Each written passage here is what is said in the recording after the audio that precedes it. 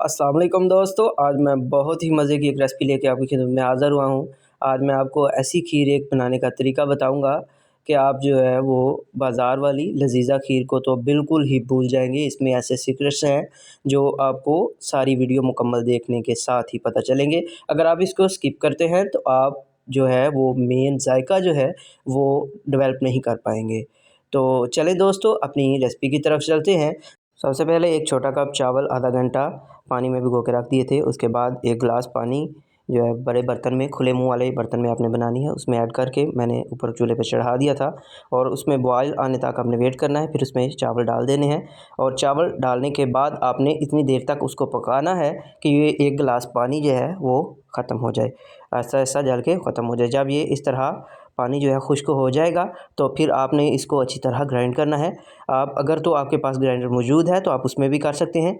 अगर ग्राइंडर मौजूद नहीं है तो डोंट बी वरी, परेशान होने की कोई ज़रूरत नहीं है। तो आपने उसको चम्मच की मदद से ही उसको अच्छी तरह आपने मैश कर लेना है और ये मैश करने का फ़ायदा ये होगा कि ये अच्छी तरह जो है दानेदार खीर बनेगी। अब इसमें ये मैंने दूध ऐड किया है ताकि इसको ग्राइंड करने में आसानी हो, चावल साथ चिपक ना जाएँ। तो ये देखें जी अल्हम्दुलिल्लाह हमारा जो था वो पेस्ट तैयार हो चुका है। अब इसको उसी बर्तन में जो खुले मुँह वाला है उसमें ऐड करना है। तो ऐड करने के बाद शरमाना नहीं, इत्थे थोड़ा जिहा पानी ਉਹਦੇ ਵਿੱਚ ਪਾ ਲੈਣਾ ਤੇ ਉਹਨੂੰ ਜਿਹੜਾ हंगा लिया वो भी ਇਹਦੇ ਵਿੱਚ ही डाल लेना है। तो दोस्तों यहाँ पर हमने इसमें 1 किलो दूध ऐड करना है। चावल जो थे 1 कप थे मैंने आपको बताया है, तो दूध 1 किलो इसमें ऐड करना है और इसको ऐड करने के बाद इसको अच्छी तरह मिक्स कर लेना है और हाई फ्लेम पे आपने इसको पकाते जाना है। और जब ये पकना शुरू हो जाए, इसमें उबाल आ जाए तो इसका फ्लेम जो है आपने मीडियम कर देना है। और साथ-साथ एक चीज़ जो है आपने भूलनी नहीं है, हर 2 मिनट के बाद तकरीबन 1.5 से 2 मिनट के बाद चम्मच इसमें हिलाते जाना है ताकि चावल जो है वो नीचे ना चिपक जाएँ। और आपने चावल की क्वांटिटी इतनी ही लेनी है 1 किलो दूध के लिए, क्योंकि अगर आप ज़्यादा लेते हैं, मीठे चावल ही बनेंगे, खीर तो दूर की बात है। तो ये देखें दोस्तों अल्हम्दुलिल्लाह बहुत ही अच्छे अंदाज़ में जो है वो तैयार हो रही है। अब ये देखिए यहाँ पर जो है थोड़ा-सा गाढ़ा हुआ है तो अब हमने यहाँ पर चीनी जो है वो ऐड कर देनी है, शुगर ऐड करनी है। आप अपने टेस्ट के हिसाब से ये डाल सकते हैं और ये डालने के बाद फिर इसको अच्छी तरह आपने मिक्स कर लेना है और ये तकरीबन जो है हमारा आधा दूध जो है बाकी रह चुका है। इस जगह पर हमने मेन सीक्रेट जो है वो अब ऐड करना है। ये मैंने रस जो है उनका पाउडर लिया है, उनको ग्राइंड कर लिया था रस। आपने अच्छी क्वालिटी के लेने हैं और इस पाउडर में ठंडा दूध जो है वो डाल के इसको अच्छी तरह मिक्स कर लेना है, इसके अंदर हल कर लेना है और हल करने के बाद इसको हमने मेन जो है उसमें ऐड करना है। ये देखें जी अल्हम्दुलिल्लाह मैंने मिक्स कर लिया था और इसको इसमें ऐड करेंगे।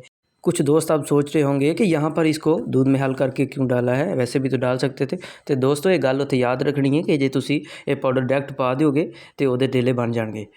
तो दोस्तों अगर आप ये ऐड नहीं करना चाहते तो इस जगह पर आप 2 एवरीडे के पैकेट भी इसमें ऐड कर सकते हैं, वो भी मेन यही जायका देगा। और ये ऐड करने के बाद ये देखें जी हमारी खीर जो है वो पहले से ज़्यादा जो है वो गाढ़ी हो चुकी है। तो इसको अब और ज़्यादा थोड़ा सा पकाना है। ये पाउडर ऐड करने के 2 से 3 मिनट के बाद आपने इसमें जो है वो खुश्क मेवाजात जो भी है आप इसमें ड्राई फ्रूट्स आप डाल सकते हैं। मैं तो यहाँ पर बादाम जो है वो कटे हुए ऐड कर रहा हूँ। आप इसमें जो आपका दिल चाहता है, जो आप पसंद करते हैं वो इसमें ऐड कर सकते हैं, कोई मज़ायका नहीं है। तो यहाँ पर ये देखें जी अल्हम्दुलिल्लाह हमारी खीर जो है तकरीबन जो है वो तैयार हो चुकी है। ये देखें जी इस तरह आपने चम्मच इसमें साथ-साथ हिलाते जाना है।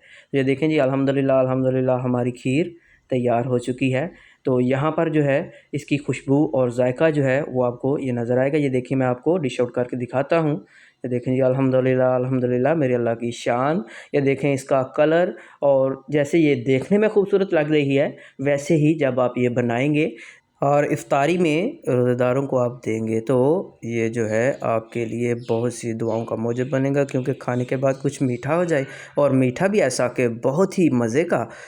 तो दोस्तों ये तो फिर सोने थे सुहागा है ना। मज़ीद ऐसी मज़े की रेसिपीज़ देखने के लिए मेरे चैनल को सब्सक्राइब कर लें और मेरी वीडियो को लाइक करें और तमाम दोस्तों के साथ शेयर करें ताकि आपके साथ साथ दूसरों का भी कुछ फ़ायदा हो जाए।